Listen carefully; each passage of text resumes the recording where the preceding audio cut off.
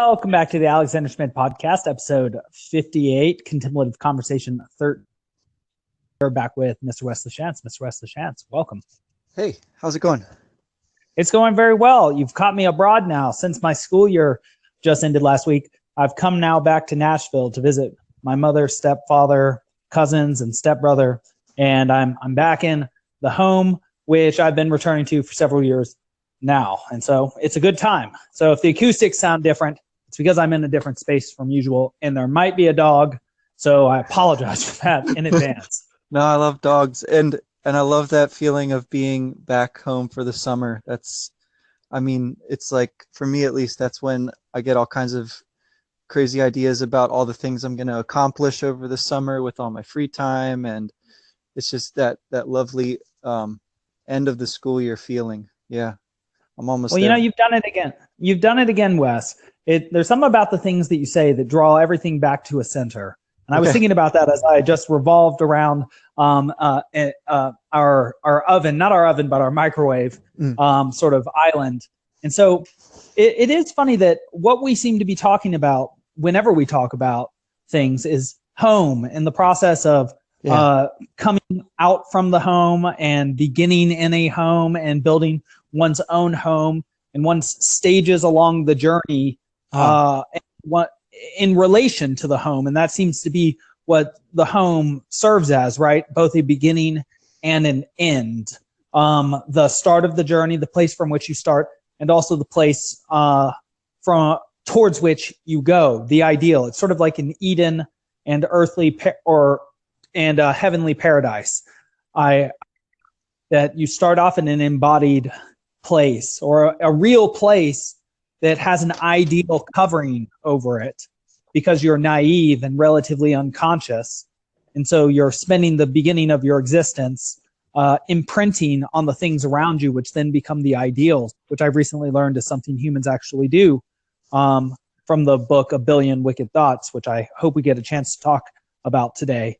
But it's so interesting because I thought about you when I was sitting at home today, and I was sort of lonely for a moment, and it made me start to reflect on the fact that you can never go home again, for the same reason that you can never step in the same stream twice. Since we occupy not just the space, but space-time with other conscious individuals who are constantly acquiring and disseminating information and engaging in new subroutines and pursuing new ideals and indulging in new feelings and behaviors, whenever you go home again, you carry new information and are essentially a new being, and so are the beings with whom you interact. And thus your relationships, though you might demarcate them with the same names, you might even fall into the same routines that you were in former years, it's like putting on clothes that don't quite fit. Or just exactly right anymore, depending on how often you go home and how close you are with your family. It's when you return home, you seem to be attempting to return to a more naive or primitive state of consciousness, where everything seemed like it was going to be all right, where there was less that you had to worry about, less anxiety about the future in the world. Things seemed laid out and stable in a way that your experience of the world now keeps you from seeing things as, because you just going home, I guess is sort of opens up the question of where home is for people. And I don't know, like, I only grew up in one place, but I know a lot of people have moved around at some point during their their childhood or whatever. And when you go back to that place, it's of course changed from when you were there, but it's also sort of a matter, like you're saying, of the difference between the place as it actually is or was, and the place as you experienced it and as you imagined it might have been. And I think there's even a kind of, like, to me, there's a question of what the proper sort of home for a person is supposed to look like. Like, is it actually, it's like on the first page of Augustine's Confessions, right? Like, he's got this kind of longing for something which has never been actually satisfied in the world, and so he sort of takes that concept, that unbridgeable distance between what he imagines and what is, and then sort of leaps, has that leap of faith to the thing which you might call a heaven or some kind of paradise or whatever. But it's it seems like it's kind of built into that situation of um, your imagination of a place, your imagination of the experience of that place, and then what you actually observe when you go and you look at it again. It's all Yeah. sort of kind of built into that. Yeah, let me see if I can root a couple of those notions, because I thought there were several that were very good. Especially, I want to talk about the imaginal existence of a place in relation to the actual place itself. And your example of Augustine and his longing for a place, and you used the expression leap of faith, and that made me Yeah. wonder. Uh, Without making an initial assumption, you cannot use propositional logic. You cannot even reason. So without staking something into the ground, you cannot create a territory about which you are going to prowl and make your own in a Lockean sense by working it. And that works with us as abstract symbolic creatures in psychological spaces too. And so we talk about, your space being, if you'd say you're a particle physicist, all about like this one telescope or laser or something like that. And we say that's your business or that's your area. Field. In fact, we say that's your field, right? We actually literally say that's your field or area using the territorial language. And so when, sorry, my characteristic losing of my thought when we go out on a branch. I've been doing this over on the Westworld too. I think I did it 7 times once the other day. I'm brain addled because I'm always walking in circles while I do this, and I burn 300 calories. And my Fitbit tells me this. So it's incredible. Well, so you start from, you said you're going to anchor, and then we went out on a branch. Okay, yeah, the leap of faith. Yes, sorry, yeah, you got me. So the leap of faith. I wonder to what extent that is planting your seed, but also staking your claim, staking out a territory, even intellectually, or in terms of home. This is going to be the place that I treat like heaven. I'm not going to. The idea doesn't seem to be that you search forever for a place which is the ideal, which you just come upon, but rather that you have to stake a place and have the faith that you can, using your psychology, your consciousness, your sophistication, enculturate and renew and rejuvenate and improve the place around you so much that it begins to resemble, to some extent, your ideal conception. And that seems to be actually what makes you like defined as a good or great man, that you use the energy that you could devote to, or that you could not use in laziness and apathy, or that you could use for willful malevolence or staying in people's ways in order to make everything around you better. And in pursuing this ideal and in maintaining this eternal agony, this eternal suffering of longing after the ideal, and being able to maintain that within yourself, that's what pushes you both forward from behind and draws you forward from the front. Because not only do you experience the positive emotion of pursuing something which is meaningful to you, which gives you a dopaminergic hit, like what cocaine does, but this, of course, is the actual reason why you're supposed to get that kick. You also have pushing you from the back, which, if you've ever been in love and long distance from the person that you love, I think since you are to aspire towards, get to the original ideal, the more sophisticated your conception of the ideal becomes, and thus more sophisticated the products in the world you can produce, and therefore more reflective of the ideal that you're pursuing, the better you get at idealizing. But you can't get better at idealizing without initially pursuing something, without making an initial stake. So whether your city be Pittsburgh or Chicago or LA or New York, that's got to be your home. And probably an even smaller place within there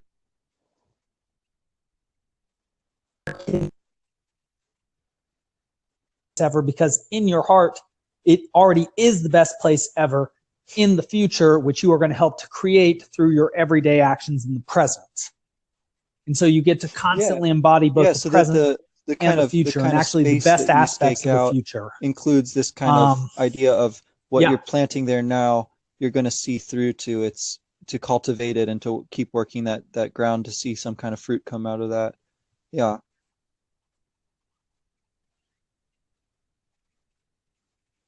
Yeah, and you don't need to see the ultimate flowering. So, like, say you're a park, you plant parks like the old Persian kings, and you plant the trees, and they take the longest to grow because they get the largest. And so you don't even need to see the full flowering of them in order to understand where they will get, and therefore have sort of that circumspect way of looking at the situation. You get both the that which led to the first causes of the park and all that had to go into that, and then the actual making of the park. And then you see that the principles on which the park were founded were actually stable and real, because the park starts to grow, and so do the plants within it. And so, I mean, there's a whole socio-political and biological element underlying it. Like the people have to be stable enough to defend this land. The people have to be aesthetic enough to love art and parks and nature. They have to be smart enough to know how to work the ground, and again, artistic enough to want to ornament the ground with some interesting structure. And that needs to be, and as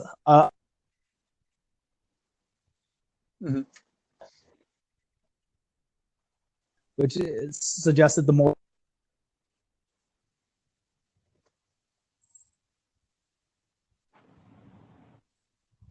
Sorry, I think I lost you there.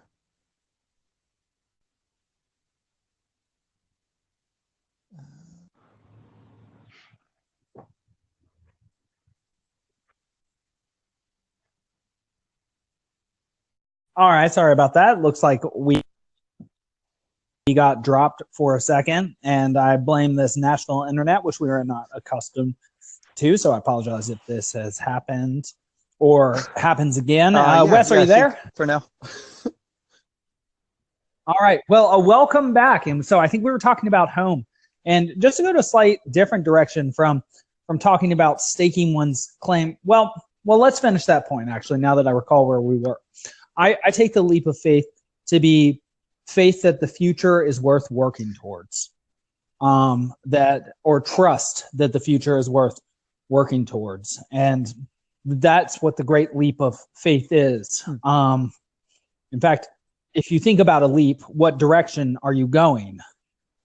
And if you think about the Chinese Cultural Revolution, not that that's very, very helpful as support to my claim here, they called it the Great Leap Forward, right? Any revolution is generally considered revolutionary because it is progressive, not generally because it is regressive. And it does strike me that, just to amplify that for a second, that the great moments of life tend to be leaps forward, right? Like one small step for man and one giant leap for mankind. Neil Armstrong, and also I consider even like sort of the act of birth, right? It's as if you are leaping forth, being sprung forth into the world. And I actually just realized that the alien eggs from Geiger's Alien series are sort of supposed to be inverted. They seem to be inverted female sexual parts. So it took me a long time to understand why that was such a weird and creepy image. Besides the fact that face huggers jump out from that, but just because it's something sort of familiar, but also deeply unfamiliar, and so sort of, what is it they call it in animation? The zone, which is too close for comfort, that makes humans skin crawl. Yeah. I don't know. I was just thinking about to talk about the claim of faith being in some sense towards future oriented. That seems right. But it could also be in the sense of believing that there is such a place as a home that's proper to you. You know, that there is such a thing at all seems to be something that might actually not be the case for a lot of people. You know, people who've been displaced or can't get back to where they were from, or when they do go back, find that what they imagined is far from what was the case or is the case. So, I mean, And that does seem, yeah, that go on. just Sorry. it just seems like that sort of faith can, in some sense, be present or even past oriented as to the nature of home itself, as well as being future oriented towards the possibility of it existing in the time to come.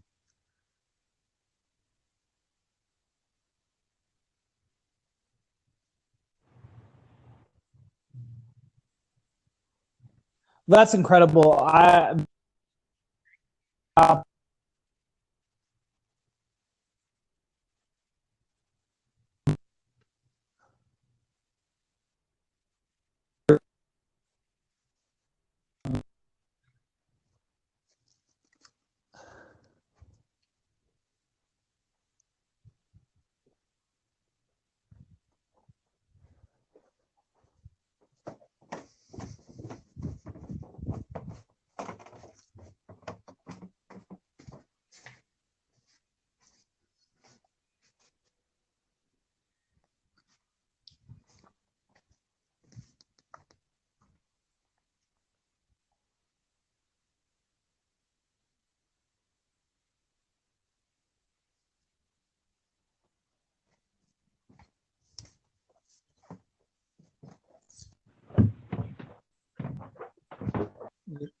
Ooh, sorry, I haven't been able to hear you again.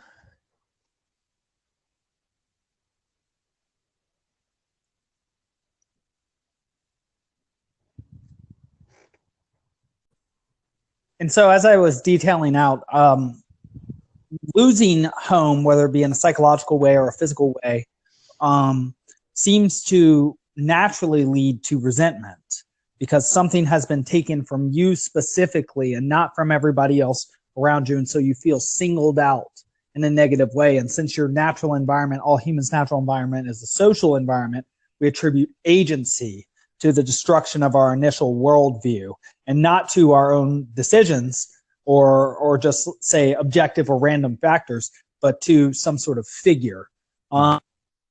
That figure is often called God, or it could be called the patriarchy. It could be called any number of things. It's an archetype.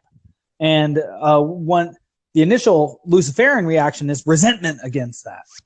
But you were just detailing out that a beautiful aspect of a human, because in fact, the notion of home over just territory does come from humans, that which is specific to it. It does seem that the original story in almost every mythology is human in home, home shifts, human enters chaos. How does human build new home? Right. And that story has just been getting more and more abstract over time because you have that original naive worldview where you're essentially like a goose. I believe geese imprint on the first large moving object they see, which is generally their mother. But if you just think about those criterion for imprinting, we've actually found in A Billion Wicked Thoughts these two computer scientists, or not computer scientists, but computational neuroscientists.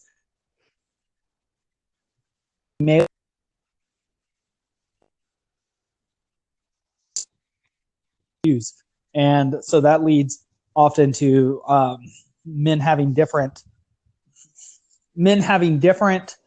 perceptions of what is ideal in the feminine. And so rather than having, like, say, an inbuilt form, it seems that somebody embodies the form for them at a specific important time during adolescence. And then, boom, that's the ideal in their mind forever. And it's subject to certain parameters as well. There are certain things that male visual cues look for. And it's all very interesting. And all this data was taken. Yeah. That isn't. I mean, are you still there? I've not had a chance to read that yet. I put in a request through the library to try to get a copy of of the history of consciousness. Is that what it's called by Neumann? Yeah, yeah. Oh, the origin and history of consciousness. Yeah. So basically, what these billion wicked thoughts guys do is they comb through the internet for large data sets on different male and female how do I say, illustrations of desire. So they look through men's data on viewing pornography and women's data not only on habits for, say, romance novels. And so they come out in giant data aggregate with these statistics that suggest that there are fundamental differences in how females and men and males approach sexual desire and relationships towards each other and how they perceive each other.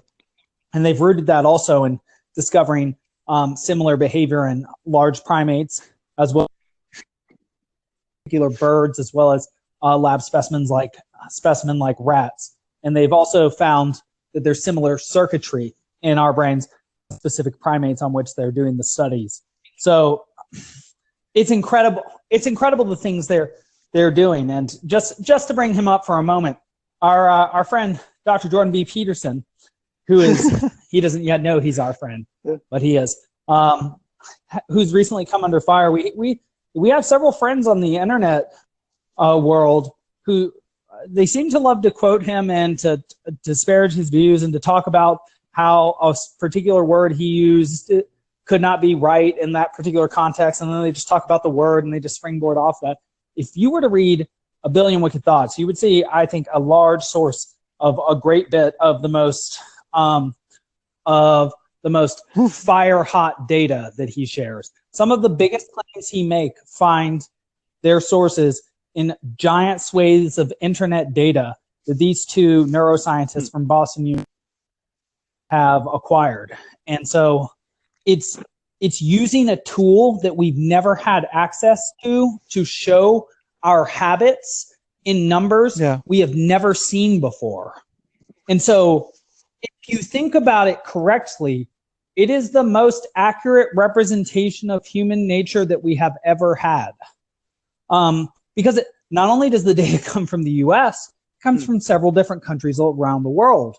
So certain claims about cultural universals or human universals can be observed in the data. All you have to do is put the numbers next to each other and see it for yourself. And it's incredible. It's incredible. So, it is the opposite of making subjective ideological claims.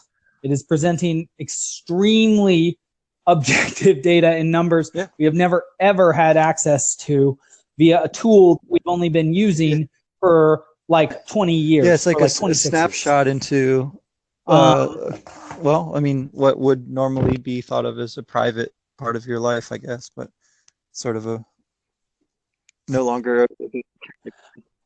Right. And even as psychological surveys go, they didn't have to survey humans who often are untruthful about their behaviors due to guilt and shame.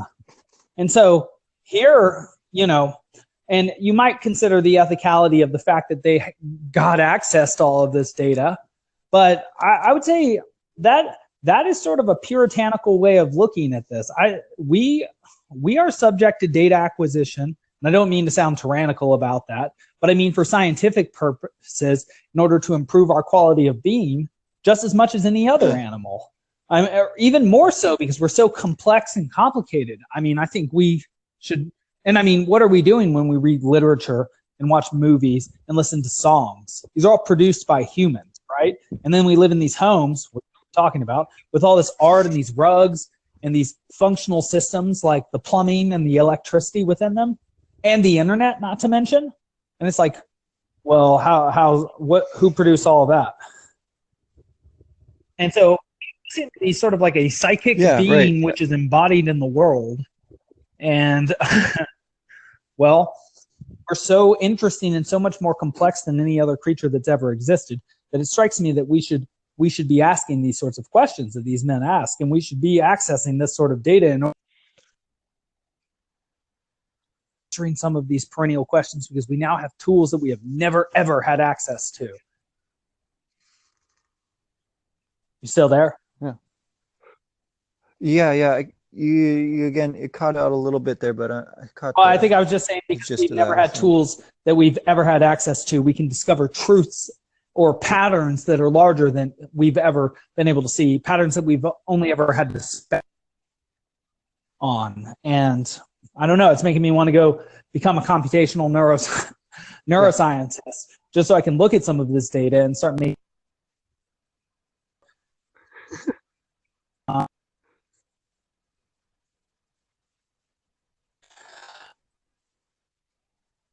Well, Well, yeah, I mean, that was the talking other about thing I home guess we were trying to and talk about, coming home. And if so the something internet will interesting permit. is, Oh yeah.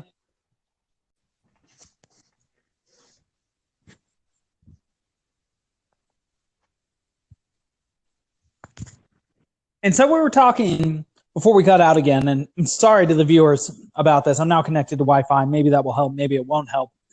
Back to the idea of home. And it made me think of Bookworm Games, your current project on Anchor and on YouTube as well, Wes, and your invitation to me to talk about um, uh, Earthbound, or just to talk on your show that is generally about Earthbound. And it made me think about the subject of the game of Earthbound, which seems to be so rooted in the mundane and Mm-hmm. the home, and to be modeled after an actual young boy's life, and how symbolically all the normal things we run into are the things that one runs into on a heroic quest, Mm-hmm. suggesting that each young man in general walks the hero's journey and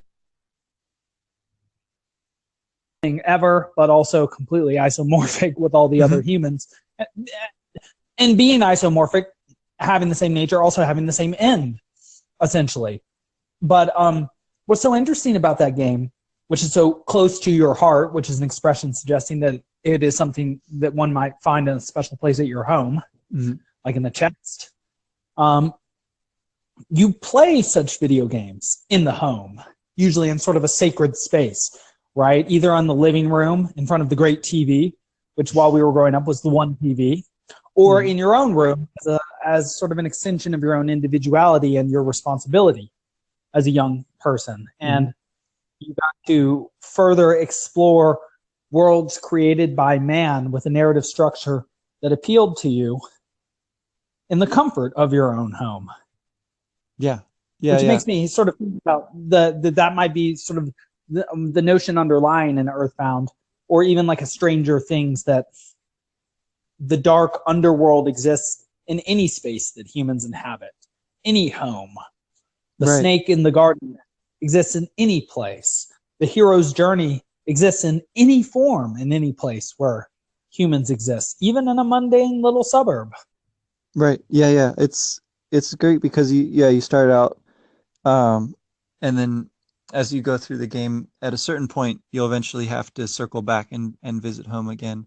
Um, and everything is totally different when you visit again. There's the the uh, the normal citizens are all at home and hiding, and the whole town is dark, Ah, and there's monsters. So yeah, it's very Stranger let's find Things out. esque. Yeah. That reminds me of right now. Everything is dark out here on the east, not the East Coast, but in the central region in Tennessee. Uh, I'm all alone in a house bigger than the apartment I'm generally in. And I suppose there may be monsters like my own inner demons and personal memories of misdeeds lurking about. I have to be alone and thus projecting my feelings out into the world around me, creating specters like yeah. Scrooge in A Christmas Carol. Right. Uh, but yeah, and so that reminds me of my favorite game growing up too. And I know we're not getting into this conversation quite yet, but we're just giving people, I think, a taste of things to come. But it was Final Fantasy VII, of course, which I know you brought up in your recent podcast with, was it Steve?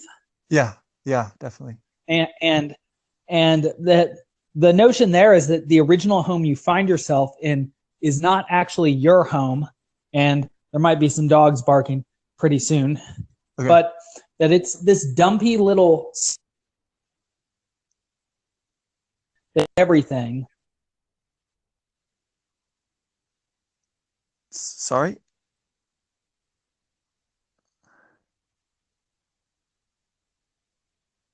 No, I'm not hearing dogs barking, but I'm not hearing you either. Of your consciousness comes about with the extension of your world, or the extension Ah, of the okay. world extends your consciousness, because what was your world, your entire environment, your neighborhood, was this subsector of Midgard, this under a shield plate, like essentially underground Morlock-esque existence where you can't even Yeah. see the sun. And then you finally get out of this sector 8, I think, of the city. So it's just one small sector in one large city, which is one city on the face of a giant world. And then Yeah. you get the world and you're like, oh my God. It's fantastic. Yeah, I mean, so a lot of the Final Fantasy games do that sort of thing where you have one world map and then it will switch at a certain point in the game. But Ah, what Final Fantasy VII does is really interesting. Yeah, you start out in this, you're kind of stuck in the city for a pretty long portion of the yeah, game, and that's what yeah. we were kind of joking about. Was like how Steve's brother would make him play that part over and over when their file got corrupted. So we got really good at that part of the game. But then so then eventually after like an hour or two of gameplay, you're finally like you're out into the field, right, onto the world map, and so you get to finally Yes. explore. Yeah. You get to see actually your first chocobo and your first snake. The Midgard serpent. Yeah. Right Yeah. after. So it's interesting that you experienced the first snake just outside of the city, going with that sort of Celtic, or not Celtic, excuse me, Nordic Mm-hmm. symbolism they're using. Of course, Midgard is what is called is the Middle Earth, Mm-hmm. which you can get from watching the Thor movies now. Um, Yeah. but and this seems to be the snake, this Midgard basilisk seems to be something like the snake that eats at Yggdrasil. And so very interesting that it's Right. still outside the city in this way. And well, I look forward to interpreting just what all that means with you when we do get to that. And well, so Yeah. so was it this week that we were going to do that you when were you inviting me to Bookworm Games? Was it tomorrow or was it the week No, no. after? Following, so I've got some material for tomorrow about Moonside, and that'll close Okay. this chapter as I think of it of the game. And so after this week, after tomorrow, then anytime next week that you're free, we should talk, and that'll be the following week's episode. Yeah. Okay, wonderful. And we'll also get Castle in the Sky in the books Mm-hmm. too. And I'll make sure to be in a place where the internet is a little more cooperative, but still at these beginning free stages where we're just doing this as a hobby. I would say working towards trying to do this, more seriously, developing serious material, but not making serious coin yet. I think that sort of thing is going to happen. And it shows just that, we're working on the road. We're working during times when we would not normally be working. This is where we put in work. And so I think, occasionally well, it's funny. It's funny to think about. So even the big shots, right? I think you saw the recent one between Dr. Peterson and Steven Pinker, where the yes. phone kept ringing. The phone kept Yes, ringing. yeah, and I think that was Pinker's phone, but yes, it just kept ringing. Yeah, and I But remember once watching Peterson, his camera cut out, and he was narrating the whole event to keep his cool, and the camera turns back on, and you see him yelling at his son, "What the hell is the camera doing turning off right now?" And I could it's funny, some people gave him some grief, like, don't yell at your son. He's like, no, he's my son, and he messed up, and so that's fine. And it's and it's just sort of funny because I could totally see, like, if I had like a son dealing with that, and it's like, a million people are going to watch this. It needs to work. And yeah, it cuts out right in the middle of this. I could see being, I think that was some good restraint, actually, on well, his it's like part. you recognize we're all subject to this technology that, at least for my part, I don't understand how to fix if it doesn't work. So Oh, right. it just comes with the territory. So, yeah. Yeah, it just comes with the territory. There's the home we've staked so far, and Yeah. we don't quite understand it, but we're going to continue to explore it. And well, yeah, maybe we can even do these more frequently throughout Sure. the summer, Wes, and maybe I can even talk about some more personal topics too, like just to wet the listeners' ears a little bit. I have a potential opportunity to leave the craft of teaching for a related but not the same craft, and perhaps I can talk through with Mr. Schantz, who better than Mr. Schantz, that sort of decision and what it would entail. Yeah, that sounds good. Yeah, and something we didn't get to talk about this time, which is there's a book that I'm reading in connection with A Billion Wicked Thoughts. I mentioned the book title, but not what it's about: The Origin and History of Consciousness by Eric Neumann. That is one of the books on which Jordan Peterson's Maps of Meaning, he says, is based. He says, in fact, he thinks his book has been written 4 times, and The Origins and History of Consciousness were one version, Symbols of Transformation by Jung is another version, and The Denial of Death by the psychoanalyst Ernst Becker was a third edition. I own that, but I haven't read it yet. And so basically what this details out is in cultural mythology and mythological rituals, symbols, and stories, that the origins of consciousness are detailed out by the myths of people and the transformations of consciousness throughout life, from, say, birth and your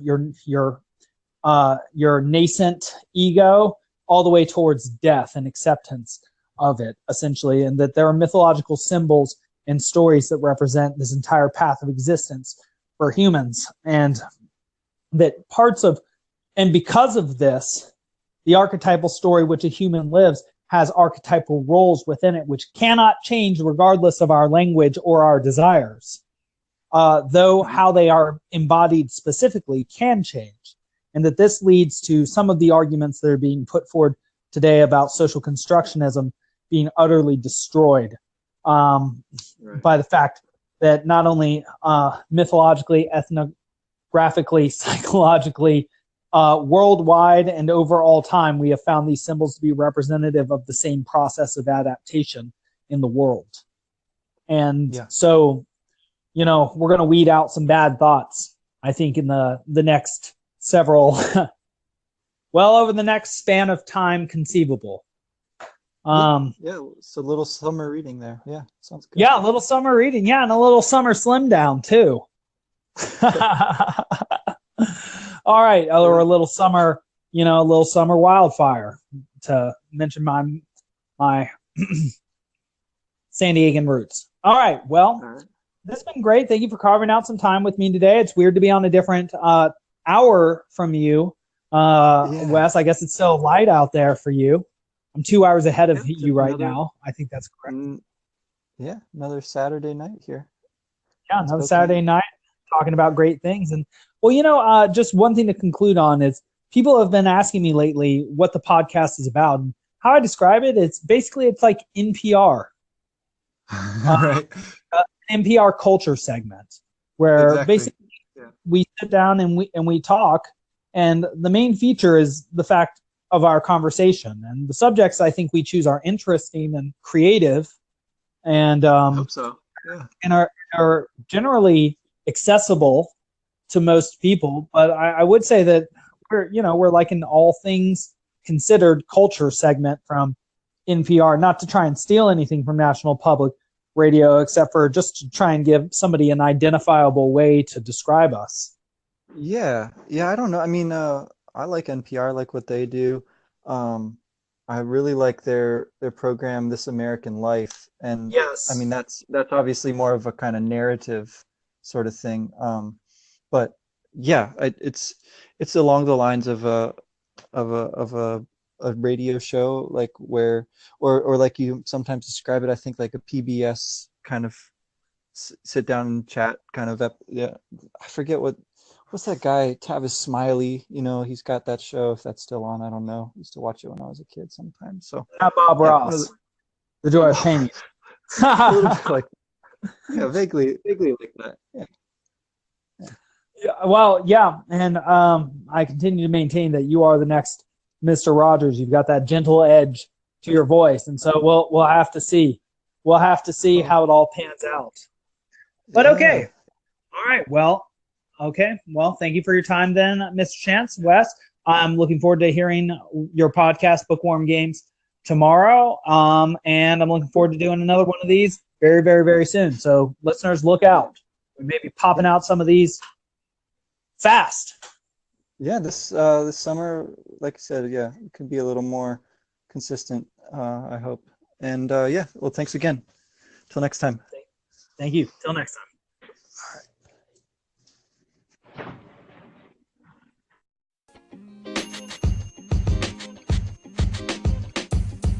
The podcast you just heard was recorded with Anchor. If you want to make your own, download the Android or iOS app completely free from anchor.fm/podcast. That's anchor.fm/podcast.